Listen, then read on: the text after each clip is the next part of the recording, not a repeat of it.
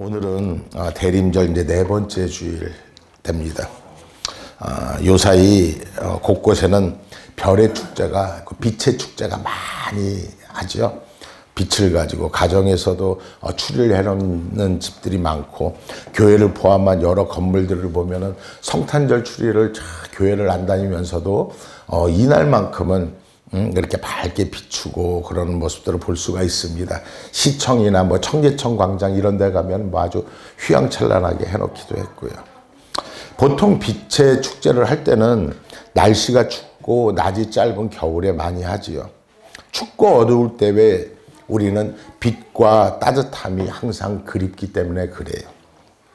더욱이 예수님께서 이 땅에 빛으로 오신 것이 감사하고 반가운 것도 바로 이와 같은 이유에서라고 할 수가 있습니다. 예수님께서 태어났을 때는 상당히 춥고 캄캄한 그러한 어두운 때였다고 할 수가 있습니다. 왜냐하면 이스라엘이 이미 로마의 지배를 받고 있는, 우리나라가 일제 식민지 시대에 일본의 지배를 받았던 것과 마찬가지로 이스라엘도 그런 시기에 있었다는 것입니다. 그렇기 때문에 춥고 어떻게 보면 캄캄하고 아무것도 보이지 않는 암흑의 시대였다고도 할 수가 있습니다. 그리고 이 시대를 춥고 어둡게 만들었던 대표적인 인물이 오늘 본문에 나타나는 헤롯이라는 사람입니다. 헤롯은 왕이에요. 이스라엘의 왕인데 이 땅을 아주 어둡게 하는 존재였어요. 이 헤롯은요, 이미 기득권을 누리고 있었기 때문에 기다림을 갖고 있지 않은 인물이었다는 것입니다. 우리가 4주에 걸쳐서 이 기다림이라는 것을 놓고 기다리는 사람들을 통해서 우리가 다시 한번 예수 그리스도를 기다리는 마음을 갖고 다시 한번 성탄을 기리기 위해서 우리가 보는데, 이 헤롯이라는 사람은 그와 정반대였다는 것입니다. 이 사람은 두 얼굴을 가진 권력자였는데 정치인으로서는 아주 탁월했어요. 노련하고 아주 수완이 좋은 그러한 정치가였고, 유대인들에게 환심을 사기 위해서 예루살렘 성전을 건축했던 그런 사람이 헤롯 왕이에요. 그런데 이 사람은 또 하나의 모습은 아주 잔인한 통치자이자 교활한 정치가이기도 했다는 것입니다. 우리가 이 마태복음을 쭉 읽어가다 보면은 세례 요한이 나오잖아요. 예수님 오시기 전에 먼저 세례 요한이 나타나는데 그 세례 요한의 목을 쳐버리거든요. 자기 딸의 소원이라고. 그리고선 그것을 갖다 놓고 웃으면서 즐기던 자가 바로 헤롯이란 사람이에요. 바로 이러한 잔혹함과 비정함을 가진 이 헤롯 시대에 평화의 왕 되시는 예수님께서 이 땅에 오셨다는 것입니다. 여러분, 평화의 왕이신 그 예수님이 이 땅에 오셨다는 소식을 들었을 때 헤롯은 깜짝 놀래요. 당시 헤롯은요, 70세를 넘긴 그러한 나이였는데도 불구하고 말이에요. 그랬던 그 헤롯이 갓 태어난다는 그 메시아의 소식에 놀라가지고 어린 예수를 어떻게 하면 죽일까 궁리하고 또 궁리하고 그 방법에 대해서 골몰했고, 결국은 베들레헴 근처에서 대학살 사건이 일어나잖아요. 모든 아기들은 다 죽이라는 거예요. 동방박사로부터 유대인의 왕으로 오셨던 그 메시아에 대한 이야기를 듣는 그 순간부터 헤롯은 그 메시아를 찾아서 죽이기 위해서 모든 것을 동원해요. 그리고 그것을 찾기 위해서 자기가 갖고 있는 모든 수단과 방법을 다 동원해서 난리 법석을 떨기 시작합니다. 그래서 동방박사의 이야기를 들었던 헤롯은요, 그들에게 이렇게 얘기해요. 마태복음 2장 8절에 보니까 가서 아기에 대해서 자세히 알아보고 그 메시아를 찾거든 내게 고하여서 나도 가서 그에게 경배하게 하라 그런단 말이에요. 나도 경배하게 하라. 그런데 여러분, 이것은 거짓말이었다는 것입니다. 그는 아이를 찾아 죽이기 위해서 아이가 어디 있는지 알아야 됐기에 그 동방박사들에게 그렇게 질문을 했던 거예요. 이런 암울한 시기에 예수님이 오시고 있는데 메시아가 오시는 중에 그 메시아를 죽이겠다고 그는 온갖 수단과 방법을 다 동원하고 있었다는 것입니다. 그런데 여러분, 여기에 우리가 알지 못하는 신비한 세계가 펼쳐지더라는 거예요. 여러분, 가장 어두울 때 하나님은 빛을 움직이기 시작한다는 사실입니다. 우리가 그것을 잊지 말아야 돼요. 가장 절망적일 때 하나님은요, 우리에게 소망의 역사를 만들기 시작하신다는 겁니다. 여러분들이 절망할 때 하나님께서는요, 새로운 소망으로 여러분들에게 다가오시는 거예요. 여러분들이 가장 힘들어할 때 하나님은요, 빛으로 우리에게 다가와서 우리에게 희망과 소망을 주고 이길 수 있는 힘과 능력을 더해 주신다는 사실입니다. 오늘 본문에는 예수님이 이 땅에 오신 것을 알고 예수님을 찾아 나섰던 그 동방에서 온 박사들이 나와요. 우리가 어릴 때 많이 들었던 그 동방박사, 그 사람들이에요. 이 사람들을 점성술사라고도 그랬고 철인이니 현인이니 많은 말들이 있지만 그들은 천문학자였던 것 같아요. 그런데 그 이상한 별빛이 계속 그 사람들의 눈을 끌고 계속해서 이끌고 와 그 베들레헴 말구육간으로 인도하는 모습을 우리는 볼 수가 있었습니다. 이 동방박사들은요, 메시아가 태어난다는 그 인류 구원의 역사와 자신들이 연구하는 그 별을 연결시키는 거예요. 왜? 이 별은 처음 봤거든요. 특이하거든요. 다시는 이제껏 보지 못했던 그러한 별이 그들이 가는 길마다 빛을 비추면서 움직여 가더라고 동방박사들은 설명을 하고 있습니다.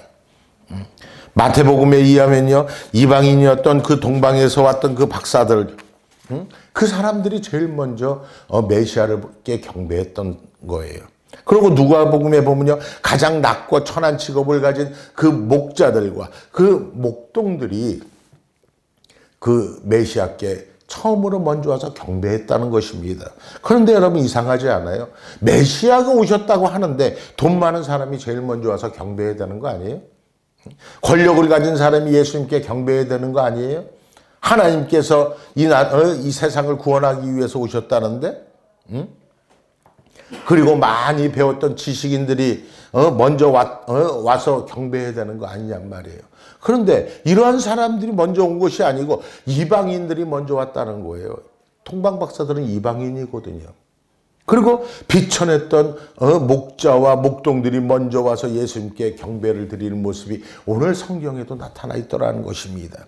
여러분, 이것은 예수님의 탄생이 베들레헴에서 일어난 아주 작은 사건처럼 우리에게 보이지만 실상은 이방까지 전해질 그 우주적인 복음이라는 것을 사실을 우리에게 이야기하는 동시에 예수 그리스도가 복음이라는 것이고 또한 그 복음은 낮고 천한 자에게 먼저 오셨음을 선포하는 그러한 자리가 되었다는 것입니다. 동방박사들은요, 이방인이에요. 예수님 앞에 나와서 첫 번째로 무릎을 꿇은 지식인들 중에 한 명이었다는 것입니다. 천문학자였으니까요. 이들이 어떤 직책을 가지고 있었는지는 우리는 알 수가 없습니다. 다만 이들은 박사들이었다고 했습니다. 천문학 박사들이었다고 그랬습니다. 이러한 지식인들이 예수님 앞에까지 나올 수 있었던 것을 왜 그랬을까? 어떤 이유에서 있을까요? 이 박사들의 지식은요, 호기심으로부터 시작이 된 그러한 것이었다는 겁니다. 그리고 그들은요, 호기심으로 그대로 두지 아니하고 계속 질문을 했었어요. 이 별이 왜 계속 내가 움직이는 곳마다 별이 나를 인도하여서 갈까?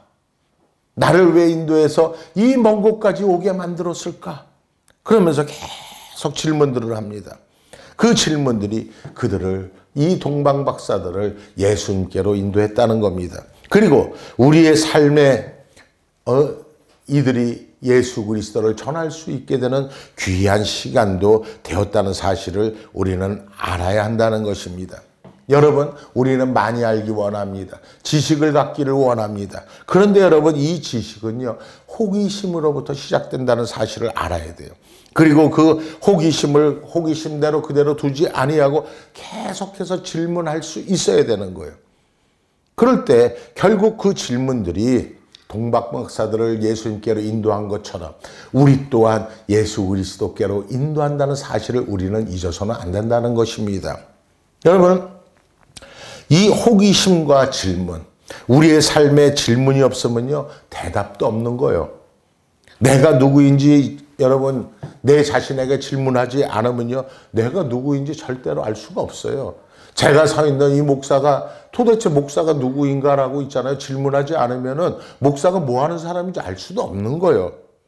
하나님도 마찬가지입니다. 하나님이 누구신지 질문을 해야만이 하나님이 말씀으로 다가오시는 역사를 우리가 체험할 수 있다라는 것입니다. 그런데 내가 하나님에 대한 관심이 없어요.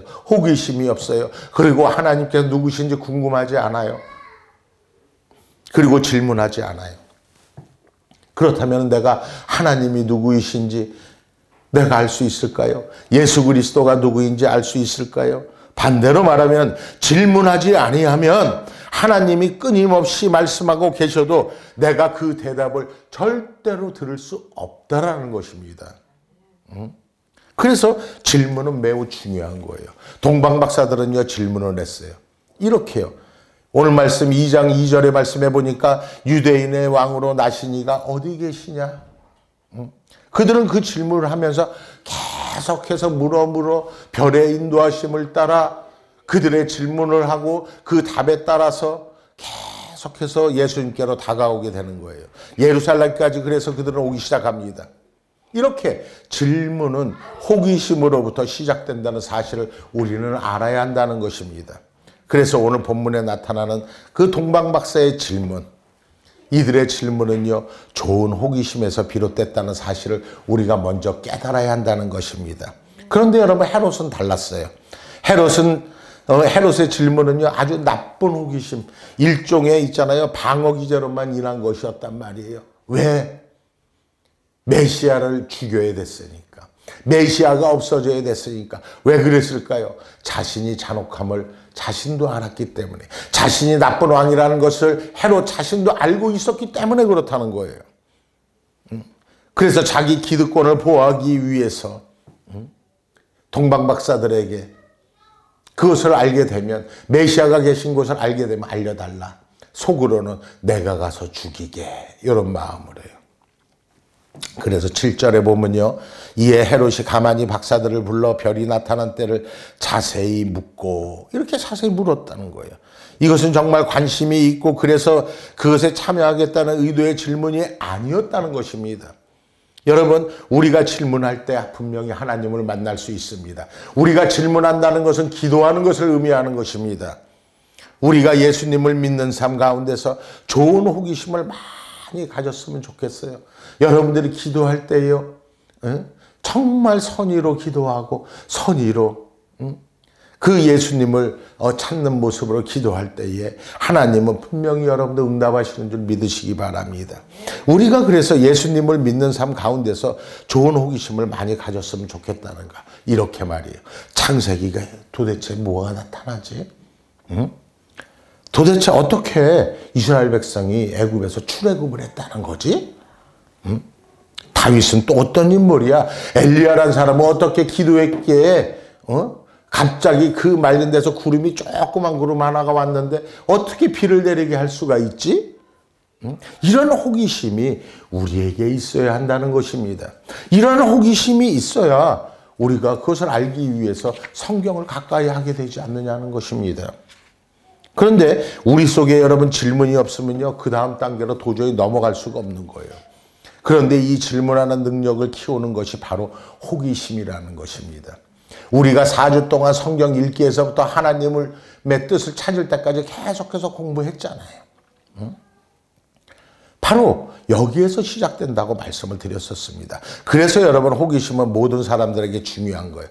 나이가 들어서도 그래요. 호기심이 있을 때요, 책을 읽거나 인터넷에 정보를 검색하잖아요. 내가 관심이 없고 호기심이 없으면요, 뭐 검색 아예 자체를 하지도 않아요. 그런데 호기심이 있으면요, 사람들을 만나서 묻게도 되잖아요. 또 안 되면 인터넷에서 찾아서라도 검색도 해보잖아요. 아니면 내가 어디에 무엇을 배우러 가기도 한단 말이에요. 이처럼 호기심이 있다는 것, 질문한다는 것은 늘 배울 준비를 하고 있다는 것과 마찬가지예요. 그래서 여러분, 우리는 호기심을 가져야 됩니다. 어떤 호기심? 성경에 대한 호기심, 예수 그리스도에 대한 호기심, 또한 하나님에 대한 호기심이 우리의 마음속에 항상 있어야 한다는 것입니다.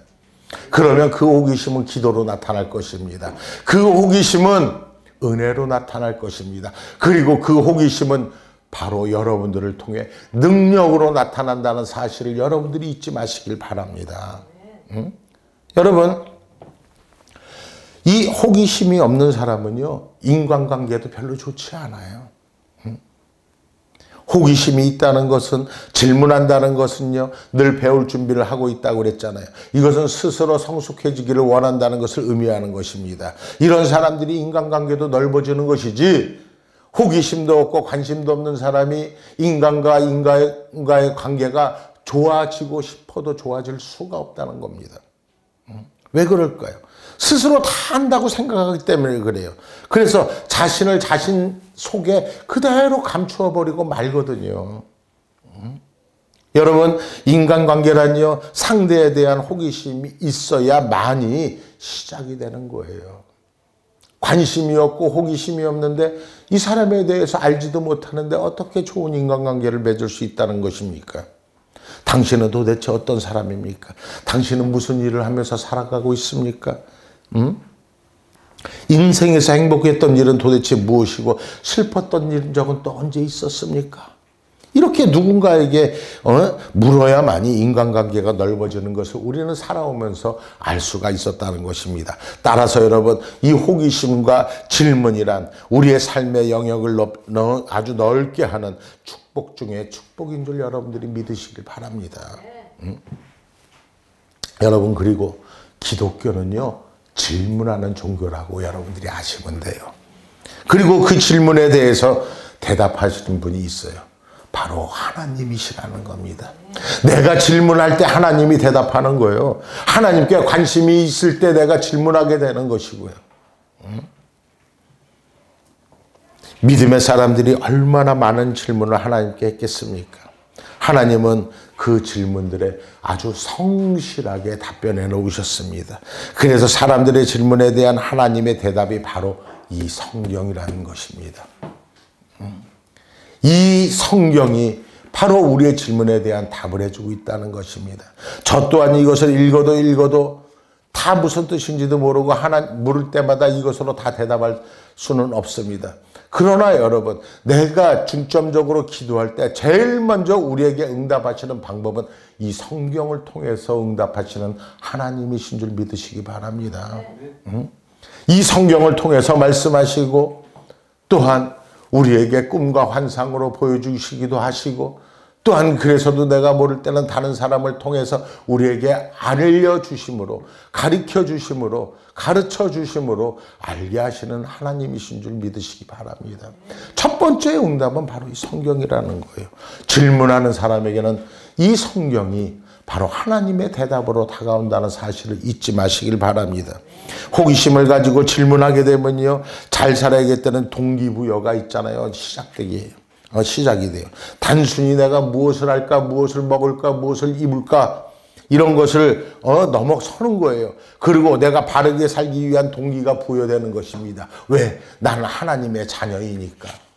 자부심이 생기니까.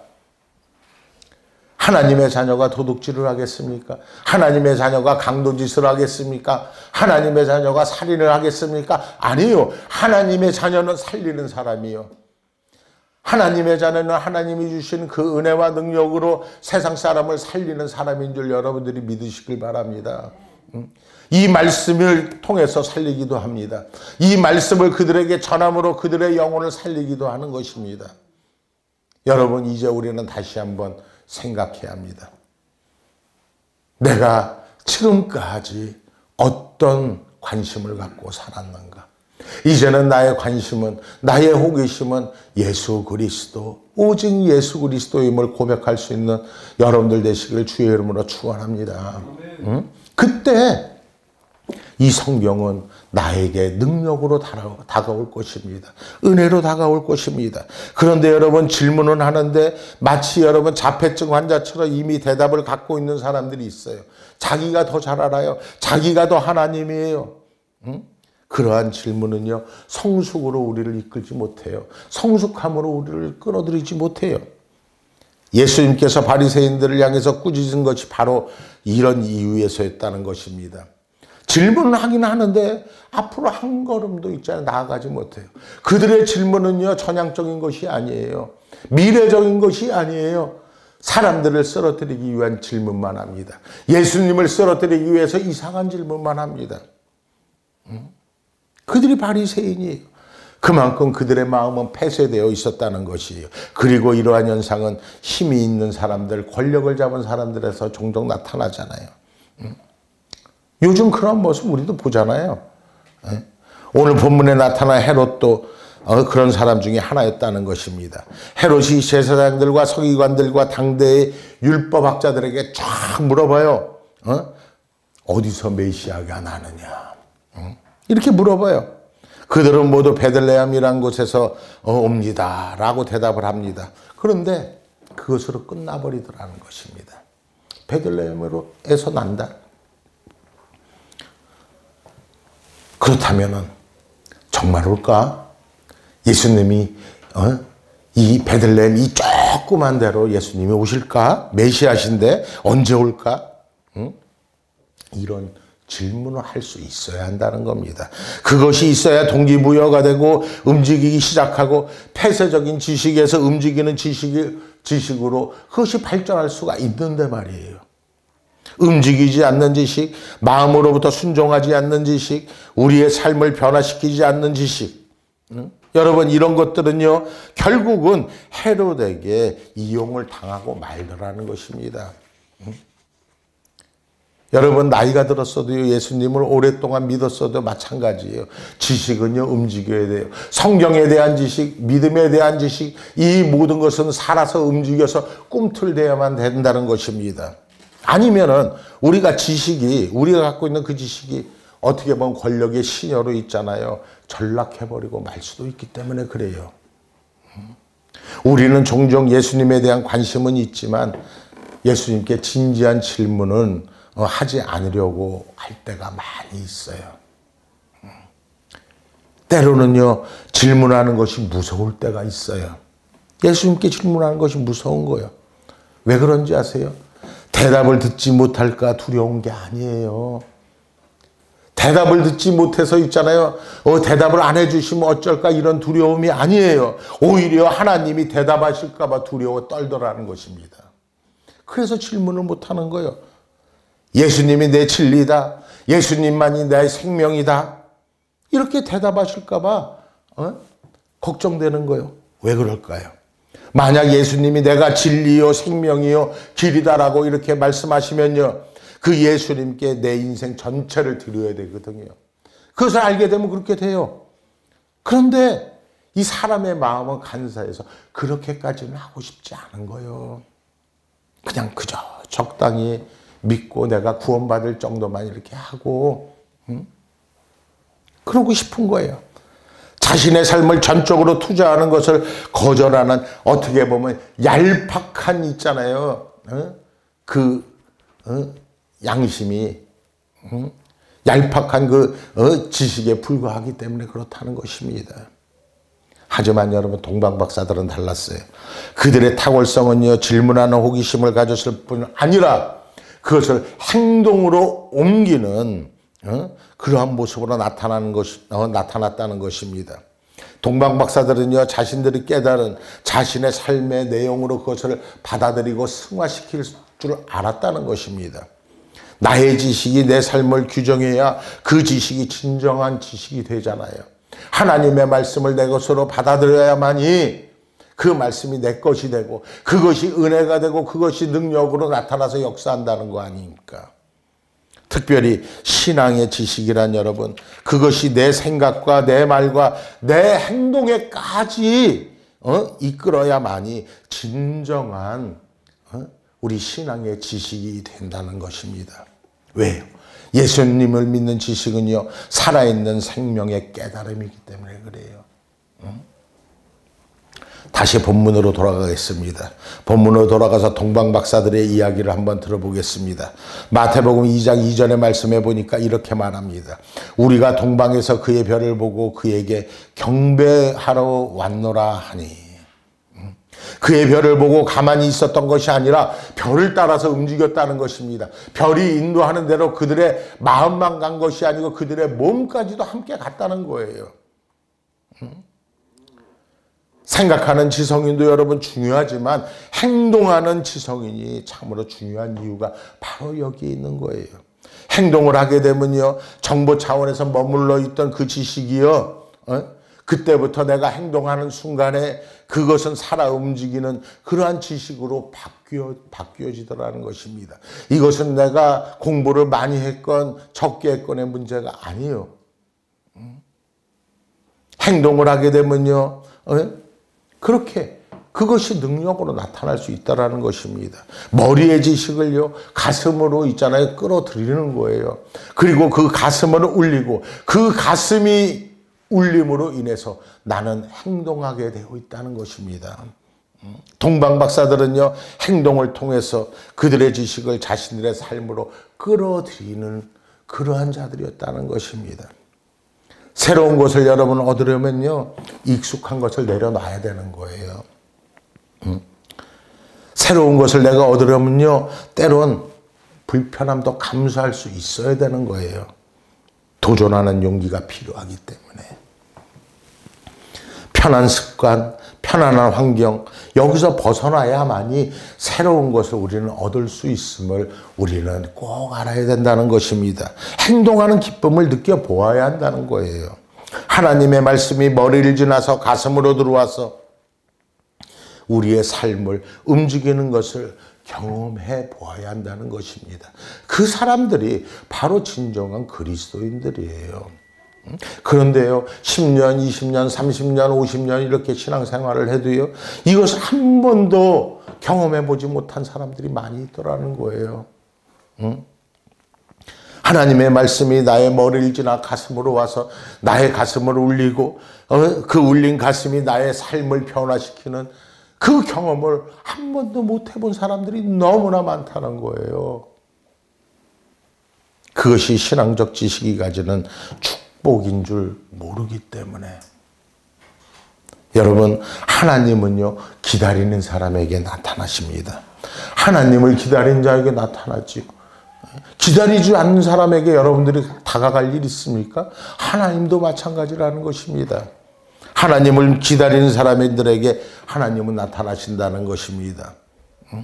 하나님은요, 또 질문하는 사람들에게 나타나세요. 호기심을 가진 자들에게 나타나세요. 하나님께 호기심을 갖고 하나님을 기다리고 또한 하나님께 질문하는 자들에게 하나님은 나타나고 역사하신다는 것입니다. 기다리지 않고 질문하지 아니하면 하나님이 나타나셔도 볼 수가 없는 거예요. 못 보는 거예요. 불쌍해지는 거란 말이에요. 기쁨을 경험할 수 없는 거예요. 하지만 여러분, 동방박사들은 기다리면서 질문했습니다. 그래서 이 동방박사들은요, 별을 보고서 기쁨에 넘쳐서 아주 기쁜 마음으로 한 걸음 한 걸음 그 베들레헴까지 그들은 갈 수 있었던 것입니다. 마태복음 2장 10절의 말씀해 보니까 그들이 별을 보고 매우 크게 기뻐하고 기뻐했다고 이렇게 증거하고 있잖아요. 기뻐하고 기뻐했다는 겁니다. 이것은 잠시 기뻐하고 즐거웠다는 것이 아니에요. 기쁨 가운데 더 기뻐하고 계속 기쁨으로 충만했다는 얘기예요. 머리에 머무는 지식이 아니라 가슴의 지식으로, 그리고 하나님의 사건을 경험하게 되는 그러한 인생의 삶이 바뀌어지는 터닝 포인트로 작동을 했다는 것입니다. 이것이 바로 신앙의 기쁨이에요. 이 기쁨을 우리 모두가 느낄 수 있어야 된다는 겁니다. 또 동방박사들은요, 경배하는 사람들이었다고 말하고 있습니다. 오늘 본문 말씀 11절의 말씀에 보면 이렇게 말합니다. 집에 들어가 아기와 그의 어머니 마리아가 함께 있는 것을 보고 엎드려 아기께 경배하고 보배압을 열어 황금과 유황과 모략을 예물로 드리니라. 여러분, 경배했다는 말이 무슨 말이에요? 우리가 뭐 경배하라, 예배하라 이러잖아요. 경배했다는 말이 무슨 말입니까? 경배했다는 것은요, 그 대상에게 자신의 생명을 걸어도 괜찮다는 겁니다. 그냥 우리가 있잖아요, 편안하게 경배했다 하는 것이 아니요. 경배했다는 것은요, 나의 삶 전체를 갖다 걸 수 있다는 말입니다. 내 내가 경배했다는 말은요, 내 생명까지도 걸 수 있다는 것이요, 내 목숨까지도 걸 수 있다는 것입니다. 우린 이것을 잊지 말아야 한다는 것입니다. 단순히 교회에 앉아 있는 것이 아니라 하나님께 내 전체를 드려도 아깝지 않다는 고백, 바로 그 고백이 바로 여러분들이 앉아서 지금 드리는 예배라는 모습으로 나타나는 것입니다. 그만큼 예배는 중요한 거예요. 우리가 하나님을 예배하고 예수님만 예배한다는 것은요, 내 삶을 하나님께, 예수님께 투자하겠다, 투신하겠다는 의미예요.